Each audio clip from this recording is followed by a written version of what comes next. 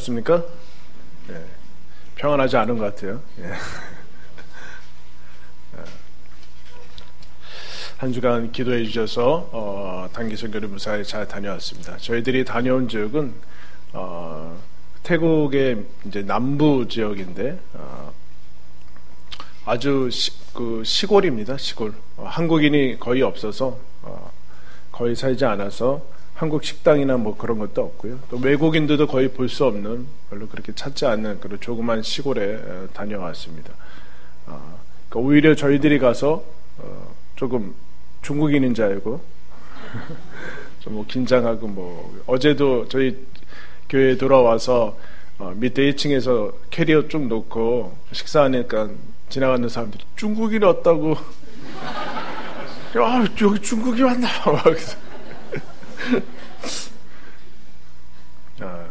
아주 깨끗한 지역에 다녀왔으니까 너무 저희들 걱정하지 마시고.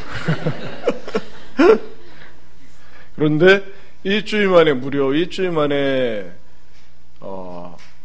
저희들은 일주일 만에 들어왔는데, 일주일 만에 한국은 대단히 그 공포와 두려움과 불안에 좀 사로잡힌 것을 이제 보게 됩니다. 그럼에도 저희들은 그거와 전혀 그걸 체감하지 못하고 사역에 집중하느냐 소식을 별로 듣지 못했는데, 기도에 여러분들이 기도해 주시는 것을 체험하고 실감하게 그렇게 아주 정말로 순조롭고 이제 은혜 가운데 건강하게 이렇게 모든 것들이 진행되는 것을 보게 되었습니다. 그리고 또 저희들이 잘 계획하고 준비해서 갔지만 저희들이 계획했던 것보다 훨씬 더 많은 것들, 하나님이 정말로 우리가 생각하는 것보다 훨씬 이 일을 기뻐하시는구나, 하나님의 복음이 전해지기를 가장 원하시는 분이 하나님이구나 라는 것을 몸소 많이 체험하게, 다음에 이제 사진을 보면서 함께 나누는 시간을 갖겠지만, 저희들이 원래는 계획이 없었던 이제 한 곳에 가게 되는데, 무려 어린 이제 초등학교에서부터 고등학교까지 있는 이제 학교를 갔는데 무려 그 700명의 친구들을 만났어요, 한꺼번에. 여러분, 우리나라에서 누가 온다고 어느 학교에서 그 전체 전교생을 모이게 하는 학교가 있습니까? 그 불가능하지 않습니까?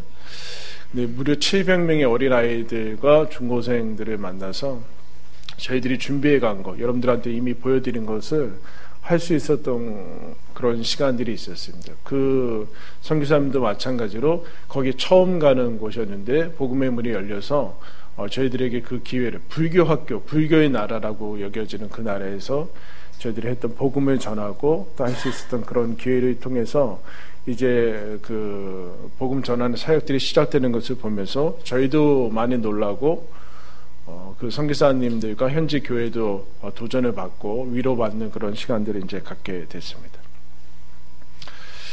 그 하나님의 사랑을 알고 하나님의 은혜를 알고, 우리가 로마서 이제 8장부터 이제 9장부터 11장까지는 그러면 이스라엘 역사 가운데 이 하나님의 복음이 어떻게 준비되어 왔고 예수 그리스도가 오기 전까지 어떻게 전개되어 왔는가. 그냥 구약은 불필요한 것이 아니라, 여러분, 우리는 신구약을 전체로 하나님의 말씀으로 받아들이고 구약을 통해서 이스라엘의 역사를 통해서 예수님이 그 계시와 복음이 준비되어 왔는데 어떻게 그것이 전개되어 왔는가 라는 것이 이제 시간적인 역사를 통해서 이제 복음의 해석을 이제 해 나가는데, 9장부터 11장까지 이제 사도 바울이 유대인으로서 그리고 또 이방인의 사도와 선교사로서 그것을 보는 관점을 얘기를 해 주고 있습니다. 그러면서 9장, 11장, 10장, 11장은 하나님의 주권과 섭리에 대해서 얘기를 해주고 있는데, 우리가 바로 앞에서 살펴봤듯이 이 어떤 것으로도 사망이나 생명이나 천사들이나 권세들이나 장래일이나 높음이나 깊음이나 다른 어떤 피조물이라도 끊을 수 없는 그리스도의 사랑을 사도 바울이 알았고 그것을 복음을 전했고 그것을 이제 하나님의 은혜 가운데 전파하고 있는 사명들을 해 나가고 있죠. 정말로 어디에서도 알 수 없는 내 삶 가운데 그리스도의 사랑이 나에게 부어진 것에 감격하며 정말 이런 은혜가 있고 선물이 있구나라는 것을 알게 됐죠. 그것과 동시에 그 이후에 믿음의 사람들은 어떤 것을 체험하게 되는가라고 얘기하면, 사도 바울이 이런 얘기를 합니다. 나에게 큰 근심이 있고 그치지 않는 고통이 있다. 예수를 믿고 하나님의 자녀된 것을 확인하고 그 하나님 성령을 체험하면 그 다음에 어떤 모든 것들이 항상 좋고 그럴 것 같은데 그렇지 않고 이전에는 없었던 다른 고통과 다른 근심이 나에게 주어졌다라고 얘기합니다. 여러분, 예수님이 이 성경에 자주 나오는 단어들이 뭡니까? 너희들 근심하지 말아라, 염려하지 말아라, 두려워하지 말아라, 걱정하지 말아라, 내가 너희들을 지킨다, 내가 너희들과 함께한다라는 말씀이 여러분 성경에 많지 않습니까? 근데 여러분, 사도 바울이 그야말로 이 성경을 쓰고 있는 사도 바울이 하나님의 말씀에 반하는 그런 것을 하는 것입니까? 하나님이 근심하지 말라고 했는데 근심하고 있고 하는 것입니까? 그렇지 않은 것이죠. 지금 하나님의 사랑은 아는 사람만이 가지고 있는 근심에 대해서 지금 얘기를 해주고 있습니다. 그것도 큰 근심이다라고 얘기해요. 큰 근심. 이스라엘의 상태, 자기가 이제 유대인으로서 이스라엘 선민이고 하나님께 구원받은 백성인 줄 알았는데 그렇지 않은 것이죠. 왜냐하면 자기가 예수님을 핍박하고 성도들을 핍박하는데 제일 앞장섰던 사람이었기 때문에 그렇습니다. 그리고 나서 구원받은 다음에 이스라엘의 모습을 보니까 이스라엘은 지금 하나님과 완전히 끊어져 있고 거리가 먼 백성으로 처해 있는 그 상태를 보게 됩니다. 여기에 여러분 큰 아픔이 있죠. 큰 아픔. 저희가 먼저 간 지역은 비행기를 2번 타고 들어가야 되는 지역이에요. 한 번에 가는 직항이 없기 때문에 2번 타고 들어갔는데 처음 지역에 방콕에 내려서 경유해서 들어가야 되죠. 근데 방콕은 여러분 가신 분은 알겠지만 화려합니다. 화려하고 관광의 도시고 많은 사람들이 편하게 지낼 수 있는 도시죠. 많은 사람들이 찾는 그런 도시고 동남아의 허브 센터라고 이제 허브라고 얘기되어지는 교통의 중심지이기도 합니다. 그런데 여러분 우리나라보다 훨씬 기독교 복음이 먼저 들어갔지만 거기는 몇 프로 되지 않는 기독교인이 가지고 있고 저희들이 간 지역도 거기서 1시간 20분 비행기를 타고 내려갔는데 그 지역은 그때 설명드렸지만 0.5%. 예. 교회가 아주 작은 교회들이 현지 교회들이 몇십 개 있는 지역이지만 그래도 아무것도 되지. 그런데 놀라운 것은 그 시내 곳곳에 거대한 모스크가 서 있는 것을 저희들이 봤습니다. 이슬람 사원이 커다랗게 서 있는 것을 보게 되고 점점 이슬람이 늘어나서 확장하고 있는 것을 여러분 보게 됩니다. 그것을 보면서 여러분 모르겠어요. 거기에 있는 현지인들과 오래된 교인들은 모르겠지만 아픔이 느껴지는 거죠. 아픔, 고통. 왜 고통이 느껴지는가? 여러분 우리 여러 가지 근심이 없는 사람이 어디 있겠습니까? 그죠? 근심이 없는 사람이 어디 있고 걱정이 없는 사람이 없을 텐데 사도 바울은 이제 그런 걱정에 대해서 얘기하지 않고 하나님과 끊어진 이스라엘, 하나님과 상관없이 되어버린 이스라엘에 대해서 큰 고통을 느끼고 있습니다. 이 격차, 하나님의 선민으로 부름을 받았는데 지금은 예수를 죽이는 데까지 나아갔던 하나님에 의해서 부름받은 아브라함의 조상이라고 모세가 출애굽을 했던 그 역사가 있는데 지금은 하나님의 아들 예수를 알아보지도 못하고 죽여버리는 이 믿음의 격차를 보면서 큰 고통을 느끼는 것을 이제 보게 됩니다. 하나님께서 주시는 고통이고 근심이죠. 여러분 우리는 세상 사람들과 다른 근심을 해야 됩니다. 다른 근심. 세상에서 이전에 믿기 전에 가졌던 그런 근심이 믿은 다음에도 그대로 연속선상에 있으면 안 되고 우리는 다른 근심을 해야 된다라는. 그래서 사도 바울이 고린도 사람들이 예수를 믿기 전에 예수를 믿은 다음에도 전에 혼잡하고 타락하고 무질서한 그런 모습을 가지고 있는데 그래서 아주 책망하는 서신으로 고린도전서를 보냅니다. 고린도전서를 보내고 거기에 수많은 책망들이 담겨 있는데 그러자 고린도전서를 받은 다음에 어떻게 고린도 사람들은 나왔는가? 그 책망을 받아들이고 회개하지 않고 사도 바울이 가짜다 이렇게 가버렸어요. 그래서 고린도 후서를 다시 보내게 됩니다. 고린도 후서에 보내면서 이제 조금씩 변해가는 그 좋은 소식을 듣게 돼요.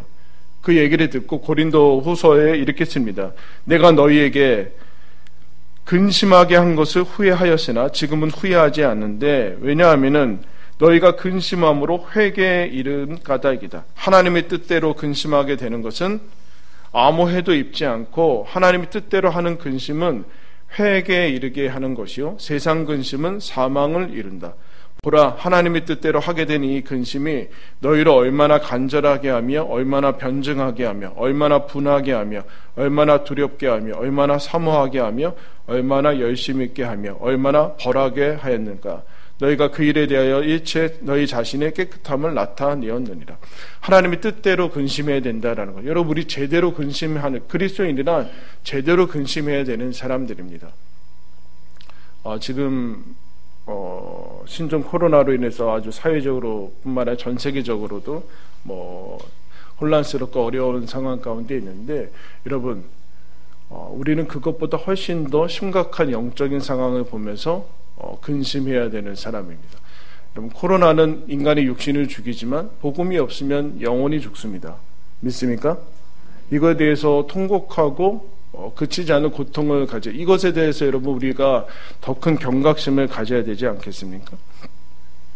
하나님의 뜻대로 근심하고 있다. 그 더 나아가서 마음에 그치지 않는 고통이 있다라고 얘기하는데, 왜 그럴까요? 복음을 알면은 복음의 유무에 따라서 펼쳐지는 그 이후의 결론을 알기 때문에 그렇습니다, 여러분. 복음을 아는 자는 반드시 고통을 가지게 되어 있습니다. 복음을 가지지 못한 자의 유무, 복음을 가지지 못한 사람의 결론을 알고 있기 때문에, 그래서 이 복음을 알고 예수님을 아는 자는 반드시 마음에 이 부담감을 가지게 되어 있어요. 부담감. 그래서 여러분, 비전이 뭡니까? 비전은 화려한 것들이 아니에요. 화려한 것들이 아니에요. 방콕이란, 그런 태국이라는 데가 얼마나 화려한지 몰라요, 여러분. 방콕만 화려한데, 방콕만. 허무하죠, 허무. 화려한 허무. 하나님이 마치 내버려둔 것 같아서 거기는 모든 죄악들이 아주 화려하게 펼쳐지는데, 그러나 허무한 것. 근데 예수님 믿고, 이렇게 똑같아요. 지금 바울은 로마서라는 로마에 이방, 지금 이 세계를 주름잡고 있는 지중해가 자기들이 호수라고 얘기하고 있는 로마 팍스나라고 했는, 그 당시에 로마로 인해서 펼쳐지는 세계 평화라고 얘기해서 그 안에 지중해를 가지고 있을 정도로 세계를 주름잡고 있는 이 로마, 그러나 1장부터 시작하지 않습니까? 하나님이 그 상실한 마음으로 내버려둬서 모든 죄악들이 그냥 그대로 인간에게 노출되어 있는, 하나님의 그 진노가 그들의 불경건함과 불의에 나타나는 그 모습들을 보면서 사도 바울이 지금 얘기를 하고 있는 것이죠. 그래서 한번 따라하겠습니다. 부담감이 비전이다. 여러분, 이 고통과 근심을 우리는 피하려는 것이 인간의 본성입니다. 그런데 예수님을 믿은 다음에 우리가 직면하게 되는 이 고통과 이 영적인 현실을 보면서 직시하면서 가지게 되는 고통을 외면하면은 그 다음에 어떤 문제점이 생기는가? 비전도 상실됩니다, 여러분. 비전도 상실돼요. 우리가 이 땅에 복음을 가지고 바라보지 않으면 비전도 상실되고 살만하다, 그렇게 느껴지게 됩니다. 여러분, 살만하지 않습니다. 일단 그렇게 만만하지 않은 것을 보게 돼요. 그래서 사도 바울은 고린도후서 12장에 이렇게 얘기합니다. 나는 이 일은 고사하고 나는 날마다 내 속에 눌리는 일이 있으니 곧 모든 교회를 위해서 염려하는 것이다. 나는 눌리고 매일같이 눌린다. 이러면 날마다 눌린다라고 얘기해요. 근심과 고통이 있다. 왜냐하면 교회를 바라보면서 교회가 하나님께서 주신 영광과 하나님이 약속하신 것과 이 큰 격차들이 언제나 나타나니까 그것을 보면서 좋은 게 좋은 거다 그러지 않고 이것을 끌어안고서 근심하고 고통하고 눈물 흘리고 있다라는 얘기를 하고 있어요. 그리고 이게 비전이죠, 비전. 비전은 눈물을 뿌려야 되는 것이고 고통을 가지고 있어야 된다라는, 그냥 보면서 있는 그대로 바라보면 안 되고 가야 될 곳이 있고 하나님이 우리에게 주신 영광이 있고 약속이 있다, 그러면서 얘기를 하는 거죠. 그래서 이렇게 얘기합니다. 누가 약하면 내가 약하지 아니하고 실족하면 내가 애타지 아니하더냐. 내가 부득불 자랑할진대 내가 약한 것을 자랑하리라. 여러분, 비전을 가지면 사랑하면 약해지는 거죠. 사랑하면 약해져요. 사랑하면 눈물이 나게 돼 있어요. 근데 우리는 이거 싫어하죠. 강해지려고 하고, 강해지면 뭔가 될 것 같은데 그렇지 않다라는, 그렇지 않다. 그 당시에 거짓 사도들과 거짓 교사들은 근심도 없고 고통을 느끼지는 않았어요. 왜냐하면 별로 관심이 없었기 때문에. 교회의 상태와 이 세상이 복음으로 인해서 복음이 주어지지 않고 복음과 끊어진 상태에 대해서 관심이 없었기 때문에 여기에 아파하지 않습니다. 그러나 진정으로 예수 그리스도를 알고 믿고 거기에 헌신한 사람들은 반드시 아프게 되었다. 반드시 아프게 되었다. 이스라엘이 완전히 타락해서 망할 때까지 그 타락한 것을 모르고 하나님께 돌아오지 않을 때, 여러분 참 선지자로, 거짓 선지자들은 그 당시에 아무런 그런 것도 느끼지 않았는데 다 잘 될 거다, 평안하다, 복될 것이다, 지금 하나님께서 우리와 함께 계시다, 이런 거짓말들을 했을 때, 그때 여러분 하나님의 말씀을 받은 예레미야만이 여러분 눈물이 마르지 않았던 사람입니다. 눈물이 마르지 않았던.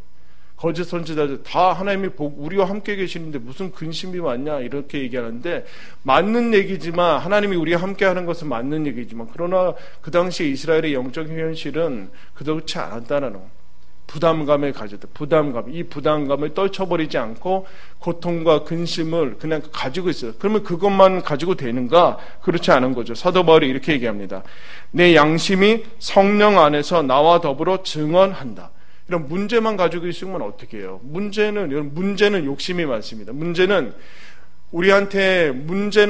얼마나 욕심이 많은가 독점하려고 해요. 무슨 얘기냐? 문제는 문제 자체만 우리가 집착하게 만듭니다.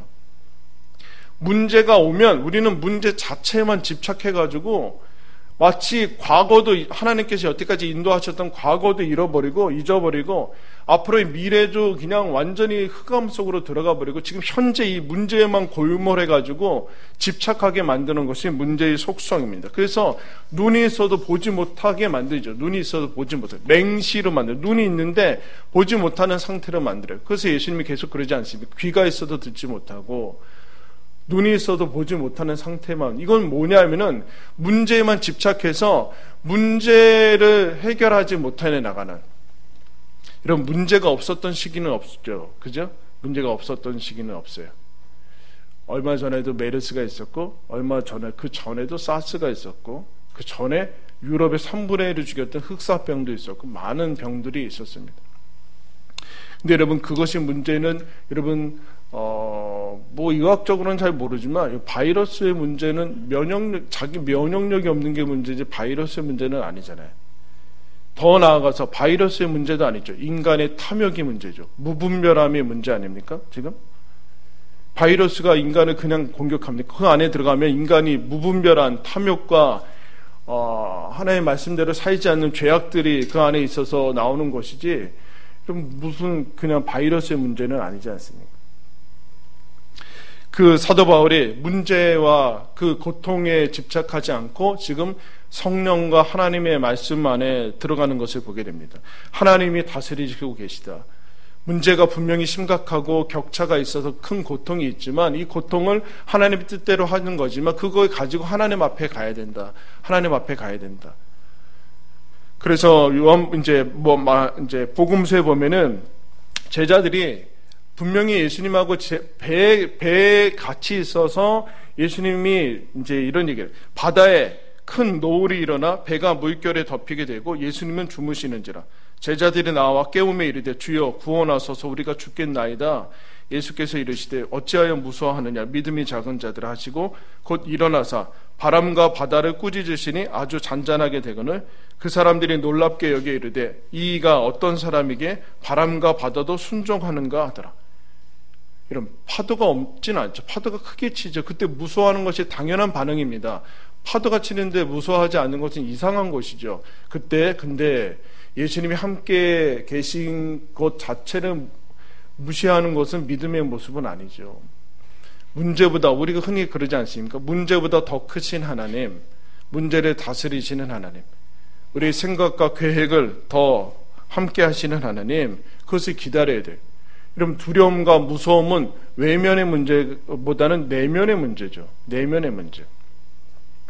이번에 차도 많이 타고요, 비행기도 많이 타고, 그 배도 타고 막 그랬어요.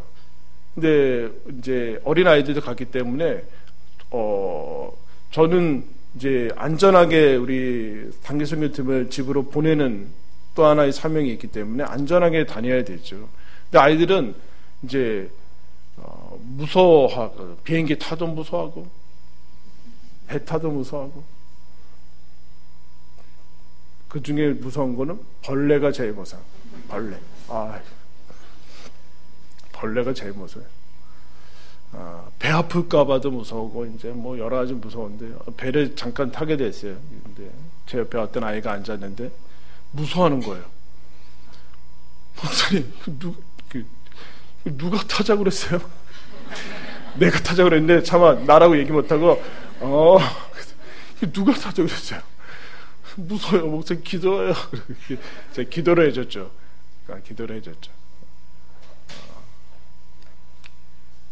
그래서 제가 기도 끝난 다음에 그 얘기를 해줬어요. 두려움은 마음속에 있는 거야. 네.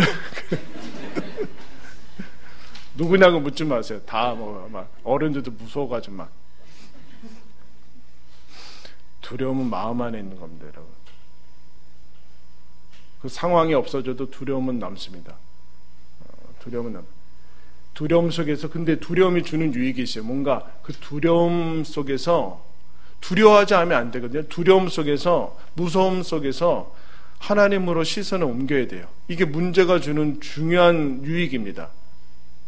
문제가 없으면 사람들은 신기하게도 하나님께로 달려가지 않으려고 하는 그런 속성이 있어요. 그게 죄악된 본성이죠. 그래서 문제가 없으면 좋겠는데, 문제가 없으면 하나님을 찾지 않아요, 우리는.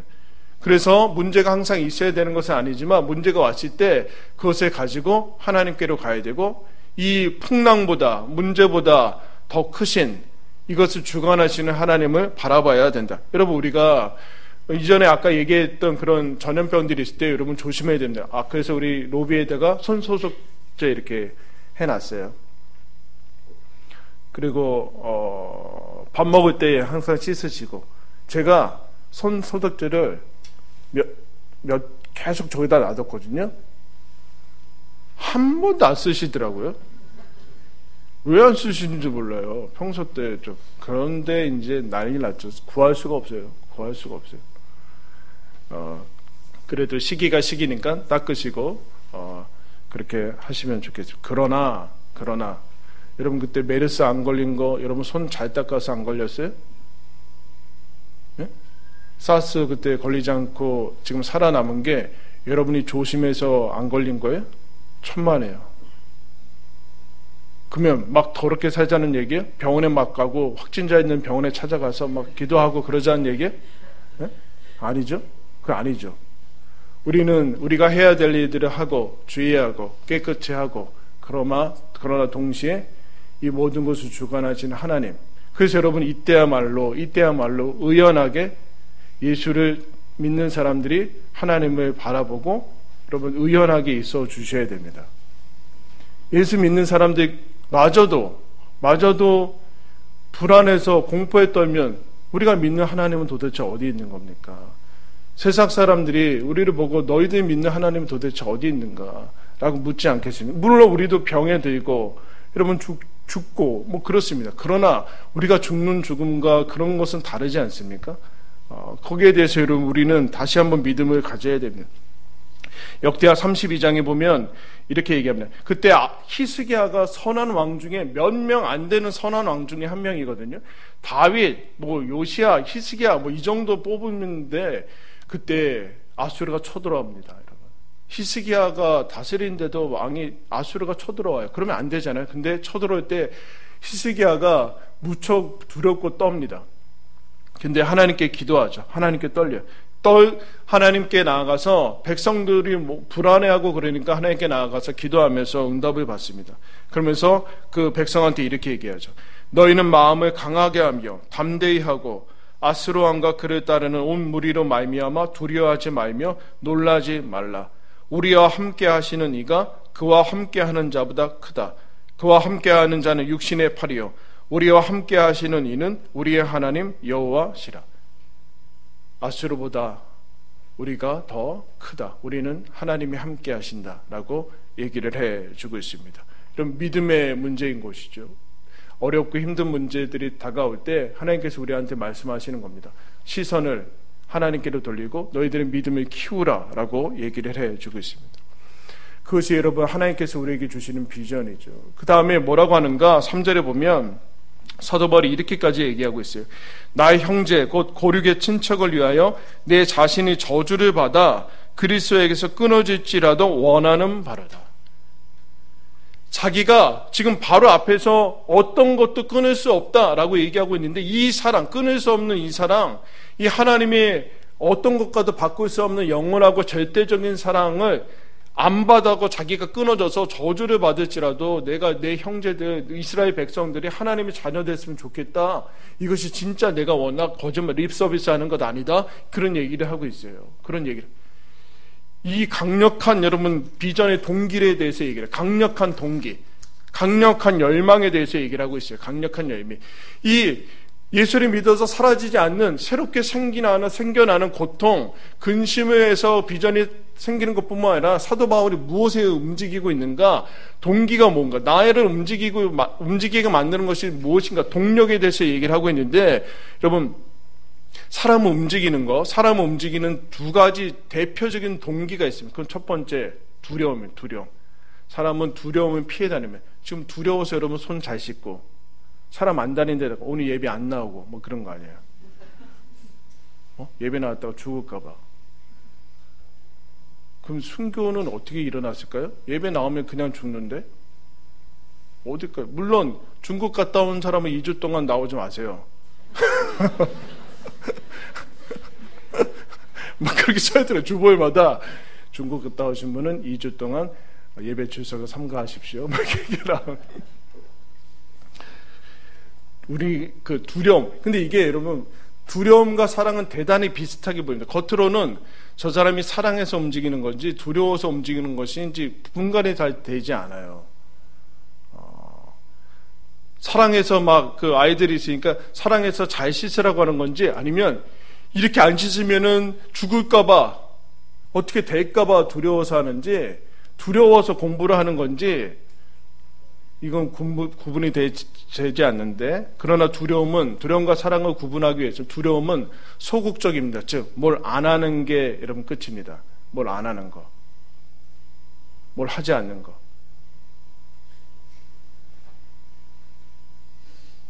그 지금 또 다 안 하는 거로 돼 있죠?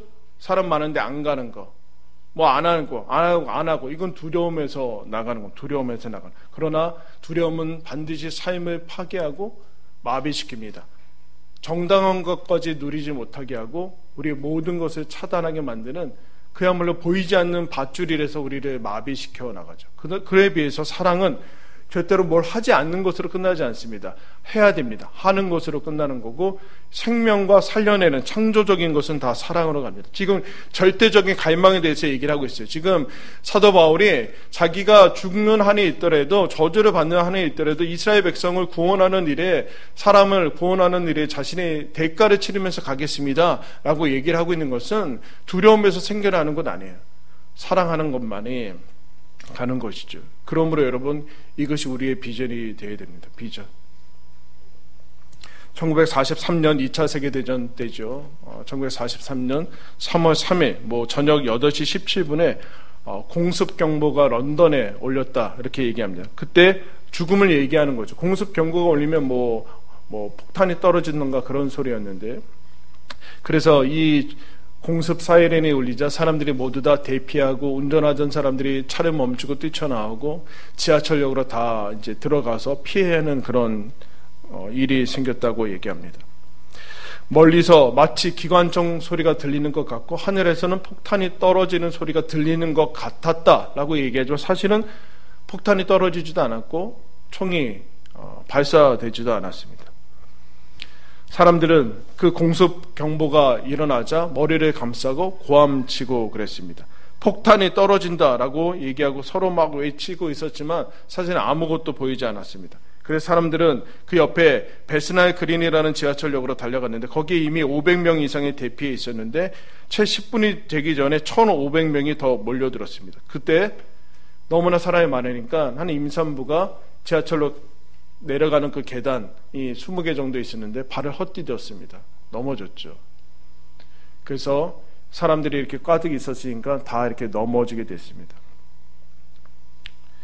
그 사람들이 넘어지면서 뒷사람들이 마치 도미노처럼 포개져서 이렇게 사람이 쌓여지고, 근데 그 상황을 밖에서는 모르니까 밖에 가득 찬 것으로, 사실은 가득 차지 않고 넘어지고 있는 상황이라서 그런데 가득 찼다고 생각하면 그만 들어가야 되는데 그렇지 않고 계속 밀기 시작했어요. 더 들어. 지하철 많이 타보지 않습니까? 밀기 시작했어요. 그래서 계속해서 사람들이 넘어지면서 무려 그 짧은 시간 안에 173명이 깔려서 죽었다. 그렇게 한 일화에 대해서 얘기를 합니다. 그러면서 이렇게 하나의 평가를 내립니다. 폭탄은 한 방도 떨어지지 않았다. 생명을 앗아간 건 기관총이 아니라 두려움이었다. 그러면서 여러분 주보를 한번 보시겠습니까? 주보 안쪽에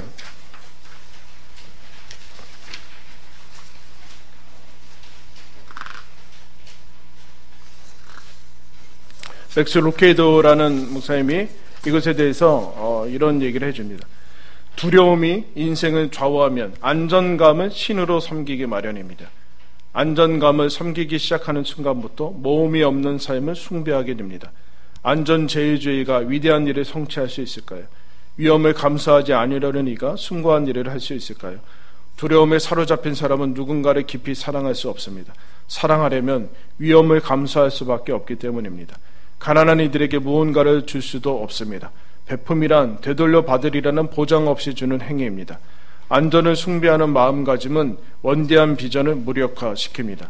예수님이 두려움과 한판 전쟁을 선포하신 건 지극히 당연한 일입니다. 사도 바울은 그래서 모든 초대교회뿐만 아니라 기독교인들은 사람들이 꺼려하는 안전을 숭배하는 사람들과 다르게 복음이 없는 지역에 가고 가난한 지역에 가고 병든 자들에게 가고 하는 일들을 하게 됐습니다. 여러분, 문제가 있는 것이 문제가 아니죠. 진짜 문제는 하나님과 끊어진 것이 문제입니다.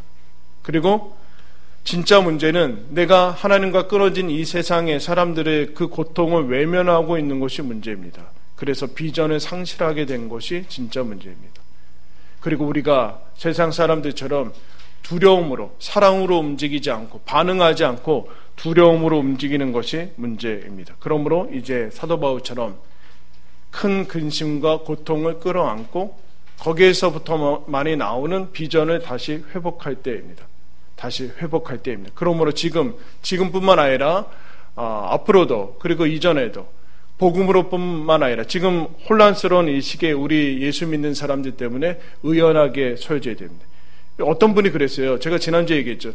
우리나라가 무려 반세기도 안 되는 시기에 세계 역사상 유례를 찾아볼 수 없는 경제적인 부분과 이것을 봤습니다. 그래서 어떤 사람이 인도의 정치가가 한국을 할 수 있어요. 인도가 여러분 중국 다음에 인구 많은 나라 아니에요. 한국, 저 조그만 한국이 이렇게 했으니까 인도도 충분히 할 수 있다고 했습니다. 그러니까 한 영적 지도자가 한국은 당신네는 안 됩니다. 왜요? 왜 우리가 안 됩니까? 당신네는, 한국은 예수를 믿는데 당신들은 예수 안 믿지 않습니까? 그렇게 얘기를 했어요. 여러분, 지금이야말로 예수님 때문에 예수 믿는 사람들이 여러분 나라를 위해서 기도해주고 의연하게 여러분 대처할 때입니다. 여러분 두려움으로 반응하지 마시고 사랑으로 반응하시고 지금 문제보다 더 크신 하나님을 바라보고 이것을 움직이신 하나님을 바라보면 더 우리 가운데 지금 이 코로나 바이러스의 고통보다 더 큰 영적인 고통과 근심이 있는 것을 기억하면서 하나님 믿는 자녀답게 여러분 담대 그리고 비전으로 살아가는 저와 여러분들 되기를 예수님의 이름으로 축원합니다.